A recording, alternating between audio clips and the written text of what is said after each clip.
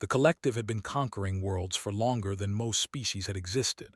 They moved through the galaxy like a slow tide, unstoppable and patient.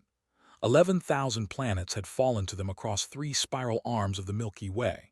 Their method never changed because it never needed to change. They would arrive in orbit, broadcast their terms, and wait exactly 1 planetary rotation. If the world below did not surrender completely, the harvest would begin. Commander Ra stood on the bridge of her flagship, the Eternal Silence, and watched the blue planet rotate beneath her. Her second skin, a layer of adaptive armor that all collective officers wore, hummed softly against her body. She had worn it for 300 years. She had conquered 47 worlds personally. This one, she thought, would be 48. Earth, that was what the natives called it, a simple name for a simple world. The collective scouts had this species decades ago, when their first radio signals had leaked into the void. The humans were soft-bodied bipeds with fragile skeletons and laughably short. They lived perhaps 80 standard cycles if they were lucky. They had nuclear weapons but had somehow not yet used them to destroy themselves, which was unusual. Most species at this technological level had already torn themselves apart by the time the collective arrived. But the humans had survived their own worst impulses. Not that it mattered. They would not survive the collective. Ra turned to her tactical officer, a younger member of the collective named Or. He was eager, his eyes bright with the anticipation of conquest. She remembered being like him once, long ago, before the weight of 11,000 worlds had settled into her bones. "Status of the fleet," she said. "All 12,000 vessels in position, Commander. Standard subjugation pattern achieved. Weapons charged and ready. Communication arrays prepared to broadcast terms." Ra nodded. "Begin the broadcast." The message was the same one the collective had used for. It was simple and direct. Surrender unconditionally. Disarm all military forces. Prepare for integration into the collective. Resistance would result in immediate and total destruction of all population centers. There would be no negotiation. There would be no second chance. The broadcast went out on every frequency the humans used. It was translated into their major languages by the collective's linguistic systems. Within moments, every government on Earth would know that their world had been claimed. Ra expected chaos. That was what usually happened. Governments would fracture. Military forces would panic. Some would try to fight, launching their primitive missiles at the fleet, where they would be destroyed long before they posed any threat. Others would riot in the streets or flee to the countryside. The strong would prey upon the weak. It was the same story on every world.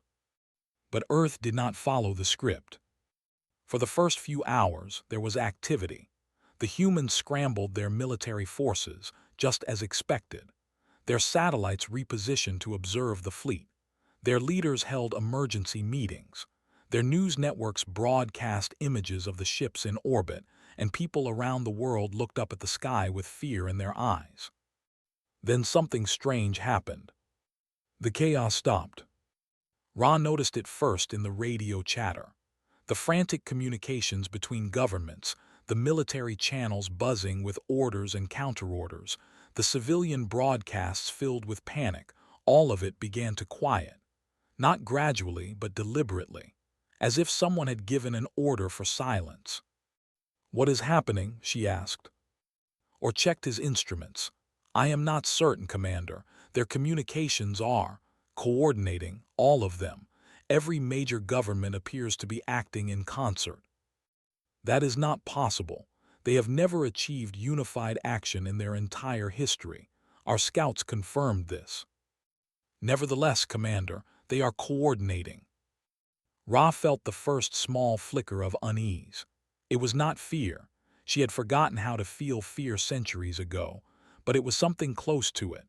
Something that reminded her of her youth before her first conquest, when the universe had still held mysteries. She pushed the feeling aside.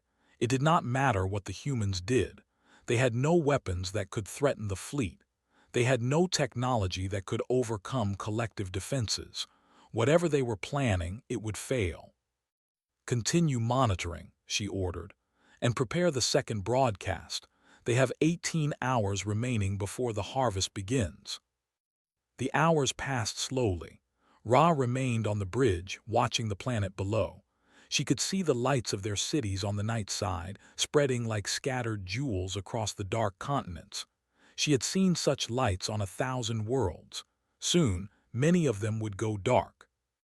12 hours before the deadline, or approached her again. "Commander," he said, and there was something in his voice that she did not recognize. "They are transmitting." "Of course they are transmitting. They have been transmitting since we arrived." "No, Commander, this is different. They are transmitting directly to us, to the fleet, a unified signal from over 100,000 points across the planet's surface." Ra turned to face him. "Show me." The main display flickered to life, showing a cascade of data streaming toward the fleet. The signal was massive, far larger than any communication the collective had ever received from a target species. It was dense and complex, packed with information in formats that the collective systems were struggling to process. "What is this?" Ra demanded. "A weapon, a virus?" "Negative, Commander. Our systems have scanned it thoroughly. There is no malicious code, no technological countermeasures. It appears to be data, pure information." "What kind of information?" Or hesitated. "I am not certain. Our translation systems are still processing, but initial analysis suggests it contains cultural content, stories, music, visual recordings, text documents, billions of individual files." Ross stared at the display. In 300 years of conquest, she had never seen anything like this. Species facing the collective sent pleas for mercy. They sent threats and defiance. They sent desperate offers of surrender. They did not send their stories. "They are sharing their culture with us," she said slowly. "Why?" "I do not know, Commander." "Is this a distraction? An attempt to delay the harvest while they prepare some kind of defense?" "If so, it is a very strange one. Our sensors show no military preparations, no weapons being moved into position, no evacuation of population centers. They appear to be waiting." "Waiting for what?" Or had no answer. Ra made a decision. "Route the transmission to my personal quarters. I will examine it myself." She left the bridge and walked through the corridors of the eternal silence. The ship was quiet, as it always was. Collective vessels did not encourage conversation or socialization among their crews. Each member had their function, their duty, their place in the great machine of conquest. There was no need for anything more. Her quarters were sparse, containing only the basic necessities: a rest platform, a hygiene unit, a personal display screen. She had no decorations, no personal items. Such things were discouraged in the collective. Attachment to objects led to attachment to places, which led to attachment to ideas, which led to weakness. She activated the display and opened the human transmission. The first file was a piece of music. She let it play, not knowing what to expect. It was a simple melody, played on primitive stringed instruments. A human voice began to sing in a language her translator identified as Italian. The song was about loss, the translator told her, about a love that had ended, about the pain of memory and the beauty of what had been. Ra listened to the entire piece. When it ended, she sat in silence for a long moment. Then she opened another file. This one was a visual recording. It showed a human city after some kind of disaster, an earthquake. Her systems informed her. Buildings had collapsed, people were trapped in the rubble, and other humans, strangers who had no connection to the victims, were digging through the debris with their bare hands. They worked for hours, for days, pulling survivors from the wreckage. Many of them were injured themselves. Some of them died in the effort. Why, Ra wondered, why would they risk their lives for strangers? She opened another file, and another, and another. a human doctor working in a disease-ravaged region, knowing she would likely become infected herself.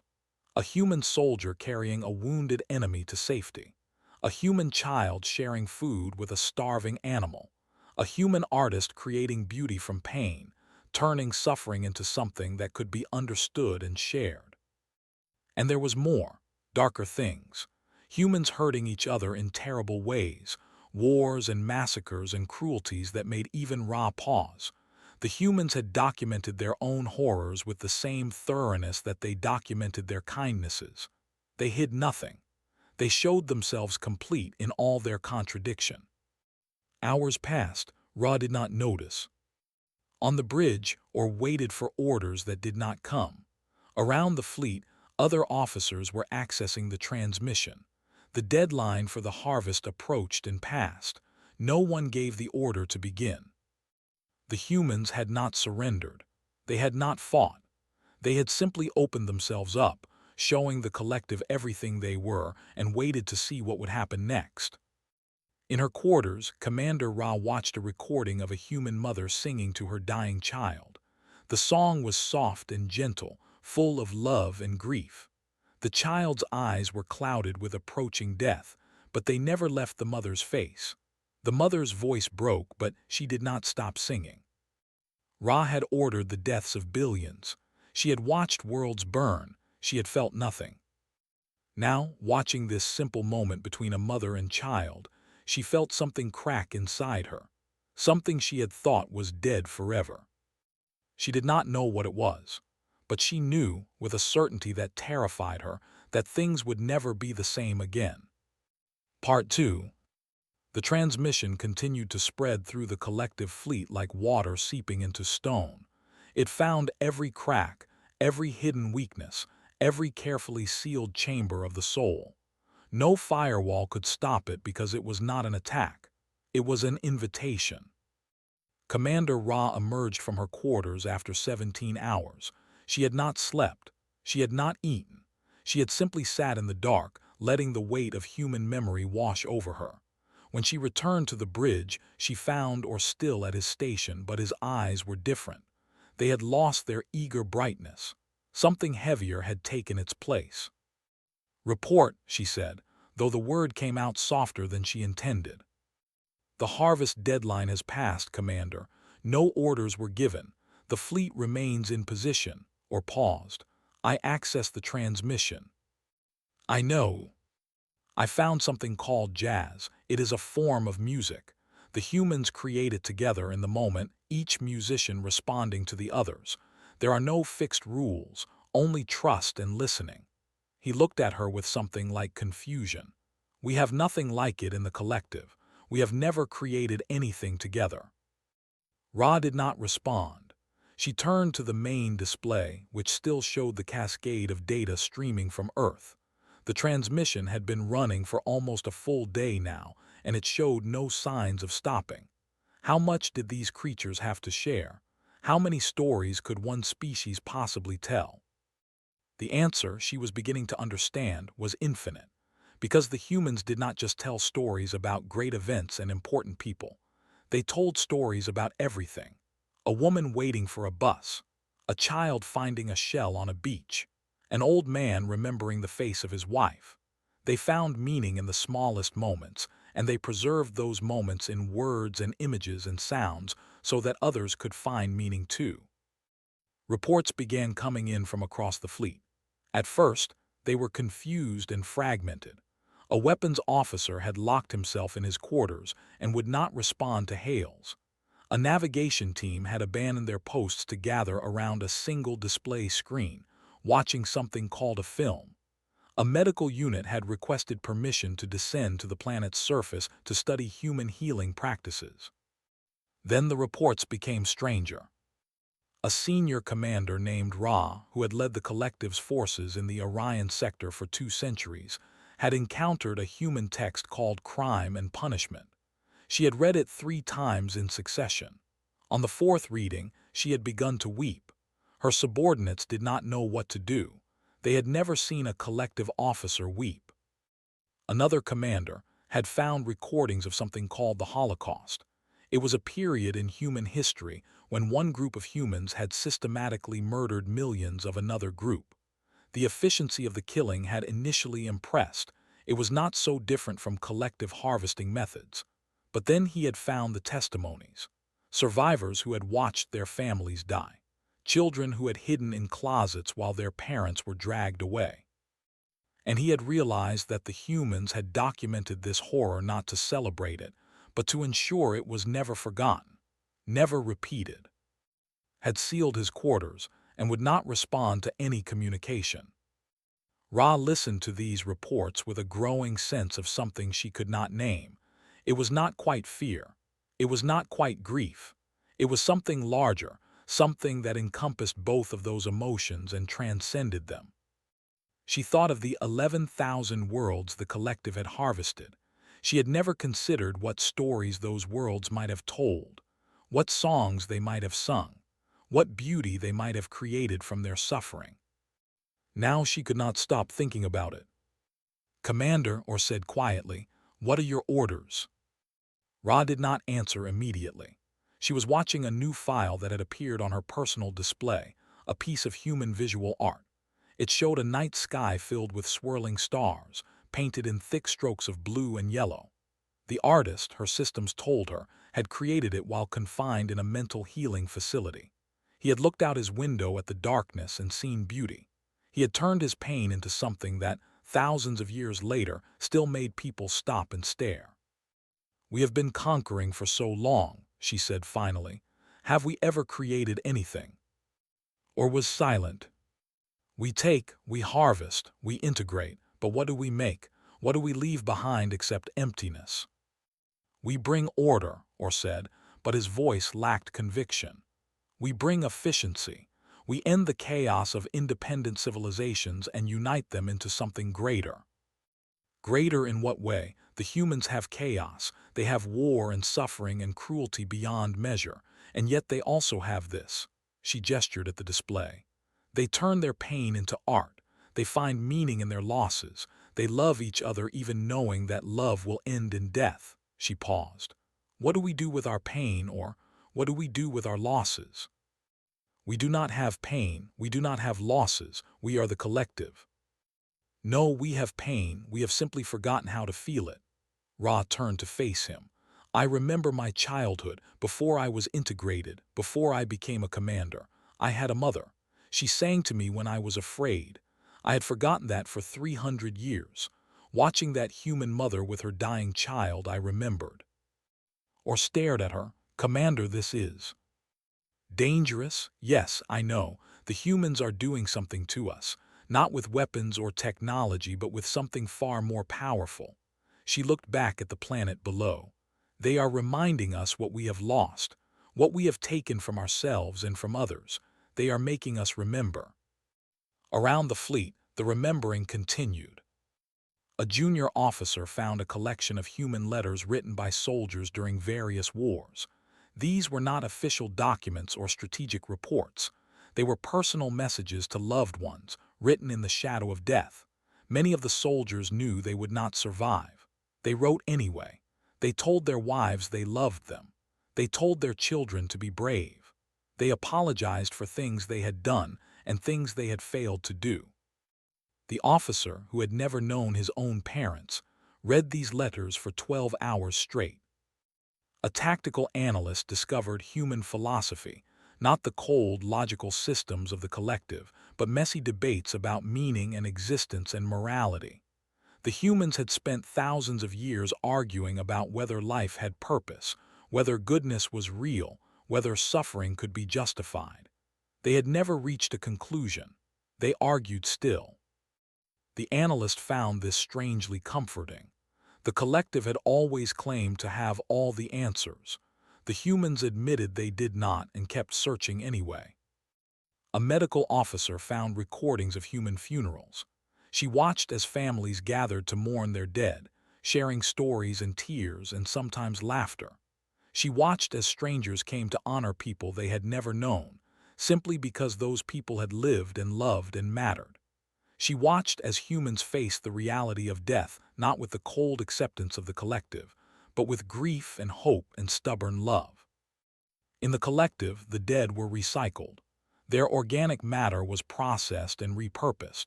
Their names were deleted from the records. They simply ceased to exist. The medical officer wondered, for the first time, if that was a kind of murder. Ra walked through the corridors of the eternal silence. The ship was no longer quiet. She could hear sounds coming from behind closed doors, music, voices, weeping. Her crew was drowning in human memory, and she did not know how to save them. Did she even want to save them? She found herself outside the door of her weapons officer, a veteran named who had served under her for a century. She could hear something playing inside, a human voice speaking in a rhythmic pattern. Poetry, her translator told her, a form of compressed language designed to carry meaning beyond the literal words. She pressed the door control and stepped inside. A was sitting on his rest platform, staring at a small display screen. He did not look up when she entered. On the screen, a human man was reading from a piece of paper. His voice was quiet but intense. "What is this?" Ra asked. "It is called Do Not Go Gentle Into That Good Night," said. "A human wrote it for his dying father. It is about fighting against death, refusing to accept the darkness." "Is that what we do, fight against death?" No, finally looked at her. His eyes were wet. She had never seen a collective officer cry before today. Now she had seen it twice. "We bring death. We have brought nothing but death for 11,000 worlds, and we never even noticed." "I have killed so many, Commander. I never counted. Why would I count? They were just numbers, resources to be harvested. But they were not numbers, they were people. They had mothers who sang to them. They had children who waited for them to come home. They had stories and songs and fears and dreams." His voice broke. "They had everything we have taken from ourselves, and we destroyed it all." Ra sat down beside him. For a long moment, neither of them spoke. "I do not know what to do," she finally said. "I have been a commander for 3 centuries. I have always known what to do, give orders, execute plans, complete objectives. But now," she shook her head, "now I cannot even remember why we do this, why we conquer, why we harvest. What is the point of it all?" I turned off the display. The humans ask that question too. They have been asking it for thousands of years.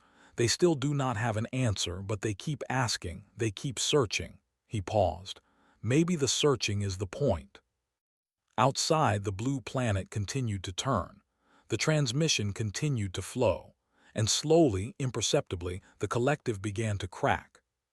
Part 3. 3 days passed, and the collective fleet did not move. On Earth, the humans watched and waited. They did not launch attacks. They did not attempt escape. They simply continued their broadcast, pouring their entire history into the void, trusting that somewhere in the darkness, something was listening. They were right. Commander Ra received a communication from Collective High Command on the 2nd day. The message was brief and sharp. Explain the delay. Begin harvest immediately. Acknowledge. She did not respond. 12 hours later, another message arrived. This one was from a different source, the commander of the Collective's forces in the Perseus Arm. His name was Al, and he had conquered more worlds than Ra could count. His message was unexpected. "I have accessed the human transmission," he wrote. "I understand now why you have not begun the harvest. I do not know what to do either, but I do not think we can continue as we have. Something has changed. Something in us has changed." More messages followed. Commanders across the galaxy, all of them receiving fragments of the human broadcast, all of them struggling with what they had learned. Some were angry, demanding that the transmission be blocked, that the fleet be ordered to attack, that normalcy be restored. But most were simply lost. They had spent their lives following orders, pursuing objectives, serving the collective. Now, for the first time, they were asking why. On the 3rd day, Collective High Command went silent. Ra did not know exactly what happened. She pieced it together later from scattered reports and rumor. Apparently, Several members of the High Command had accessed the human transmission against their better judgment. One had found a human text called the Meditations, written by a human emperor who had ruled over a vast territory and spent his private hours writing about duty and mortality and the smallness of human affairs against the sweep of time. The emperor had commanded armies. He had held the power of life and death over millions, and in his private moments, he had wondered whether any of it mattered. Another member of the High Command had found recordings of a human practice called meditation, sitting in silence, watching one's own thoughts, trying to find stillness in the chaos of consciousness. She had tried it herself, for the first time in her long life. In the silence, she had heard voices. The voices of worlds she had ordered destroyed. The voices of children crying for parents who would never come. The voices of her own forgotten childhood, calling out across centuries of violence. She had resigned her position and departed for the outer rim. No one tried to stop her. Without high command, the collective had no central authority. The vast machine of conquest, which had operated with perfect efficiency simply stopped. Ships remained in their positions, waiting for orders that would never come. Commanders looked at each other across the void and saw, for the first time, not officers and subordinates but individuals. Lost individuals, struggling to make sense of a universe that had suddenly become much larger and much stranger than they had ever imagined. Ra gathered her senior officers on the bridge of the eternal silence. There were 11 of them, all veterans, all changed by what they had experienced in the past 3 days. She looked at their faces and saw her own confusion reflected back at her. "The collective is broken," she said simply. "High command has dissolved. We have no orders." No one spoke. In the old days, this would have been unthinkable. A collective officer without orders was like a body without a brain, useless, directionless, dead. But now they simply waited, curious about what would come next. "We have a choice to make," Ra continued. "We can try to rebuild what was, find new commanders, issue new orders, continue the harvests, pretend that the last 3 days never happened." She paused. "Or we can do something else." "What else is there?" asked Dor. "I do not know, but the humans might." She turned to face the planet below. "They have been living with these questions for their entire existence. They have been struggling with meaning and mortality and cruelty and kindness since they first looked up at the stars. They have not found answers, but they have found ways to keep searching, ways to keep hopping, ways to create beauty even in the darkest times." She turned back to her officers. "I want to go down there. I want to meet them. I want to understand how they do it, how they face the truth of what they are and still find reasons to continue." Silence, then a spoke. "I will go with you, Commander. I have done terrible things in my life. I cannot undo them, but perhaps I can learn to do something else, something better." One by one, the others nodded. Not all of them, some still clung to the old ways, the old certainties, but enough to begin something new. The shuttles launched from the eternal silence at dawn local Earth time. They descended through the atmosphere, their hulls glowing with the heat of entry, and landed in a flat, open area that the humans called a desert. Ra had chosen the location deliberately. She did not want to frighten them. She wanted to show that she came in peace, though she barely understood what that word meant anymore. The humans were waiting. There were perhaps 100 of them standing at a safe distance from the landing site. Some wore uniforms, others wore ordinary clothes. Some carried weapons held loosely at their sides, others carried nothing at all. They watched the shuttles land with expressions that Ra could not quite read. Fear, certainly, but also something else, something that looked almost like hope. Ra was the first to emerge. She stepped onto the sand of this strange world and felt the heat of an alien sun on her face. She had conquered 47 worlds. This was the first time she had ever set foot on one. A human separated from the group and walked toward her. It was a female, older than most of the others, with gray hair and deep lines around her eyes. She carried no weapon. She moved slowly, deliberately, giving Ra time to react. When she was close enough to speak, she stopped. "I am," she said. "I speak for the people of Earth, or at least I speak for some of them. We do not have a single voice, we never have." "I know," Ra said. "I have learned much about your species in the past 3 days. You are divided in ways I do not fully understand. And yet when we arrived, you acted together. You sent us your stories. Why?" Was quiet for a moment. "We knew we could not defeat you," she said finally. "Your weapons, your technology, your numbers, they were too great. We could not fight you. We could not run from you. So we did the only thing we could do. We showed you who we are. You showed us everything, the good and the bad, the kindness and the cruelty. Why would you show us your darkest moments? Why not hide them? Because they are part of us. We cannot separate the light from the darkness. They are woven together in every person, in every society, in every moment of our history. If we had hidden our darkness, you would not have seen us truly. And we wanted you to see us truly. We wanted you to know what you were destroying." Ra looked at this small, fragile creature, this human who had faced the end of her world with nothing but honesty. "It worked," she said. "We cannot destroy you now, not because we lack the power, but because," she struggled to find the words, "because you have become real to us. You were numbers before, resources. Now you are people, and we cannot kill people. You have killed many people before." "Yes, we have." Ra felt the weight of that truth settle into her bones. "I do not know how to live with that. I do not know how to continue knowing what I have done. Your transmission showed me human criminals who felt remorse for their crimes. They sought forgiveness. They tried to make amends. But how can I make amends for 11,000 worlds? How can I seek forgiveness from the dead?" Was silent for a long moment. The wind blew across the desert, carrying dust and heat. "You cannot," she said finally. "The dead are gone, you cannot give them back what was taken, but you can remember them. You can carry their loss with you and let it change you. And you can choose to be something different in the future." She met Ra's eyes. "That is all any of us can do. We have committed great crimes against each other, we humans.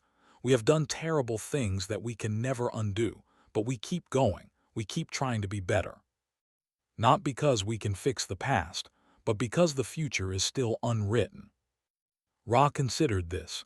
It was not absolution, it was not comfort, but it was something, a place to start. "I want to learn," she said. "I want to understand how you create meaning from suffering, how you find hope in darkness, how you love each other, knowing that love will end in loss." Smiled. It was a strange expression, one that Ra had seen in the human recordings but never in person. It transformed the woman's face, filling it with warmth and sadness and something that looked like welcome. "Then stay," she said. "Stay and learn. We will teach you what we know, and perhaps you will teach us something too. We have looked at the stars for a long time, wondering if we were alone. Now we know we are not. That knowledge changes everything for both of us." Ra looked back at the shuttles, at the officers emerging one by one to stand on alien sand. She looked at the humans watching them with fear and hope and curiosity. She looked at the sky, where the collective fleet still hung in orbit, silent and waiting. The future was unwritten. That was what it said. The past could not be changed, but the future was still a blank page, waiting to be filled with new stories. For the first time in 300 years, Ra did not know what would happen next. For the first time in 300 years, she was glad. The wind blew across the desert, carrying dust and memory and the faint sound of human voices singing somewhere in the distance. Ra listened, and she began slowly to understand. Above them, the stars watched in silence. They had seen empires rise and fall, species bloom and wither, galaxies spin through their endless dance. They had seen the collective at the height of its power, and they would see whatever came after. But for now, in this moment, on this small blue world, something new was beginning. Not a conquest, not a surrender. Something else, something that had no name yet, something that would have to be built from scratch by beings who were only just learning to see each other as real. It would be difficult. It would be painful. There would be setbacks and failures and moments of despair. But there would also be songs. That Ra was beginning to understand was what the humans had taught her, not how to conquer suffering or transcend death or achieve some final victory over the darkness, but how to keep going anyway, how to find meaning in the struggle itself, how to look at an uncaring universe and respond with art and love and stubborn hope. She took a step forward, toward the humans, toward the unknown future that waited for them all. Behind her, the sun rose over the desert, painting the sky in colors she had never seen before. And somewhere, in the vast archive of human creation that still flowed toward the stars, a mother's voice sang softly to a dying child, the same song that had been sung for thousands of years, the same song that would be sung for thousands more. The song did not end the pain. It did not bring back the dead. It did not answer any of the great questions that haunted sentient beings across the galaxy. But it was beautiful anyway. That Ra realized was enough. That was always enough.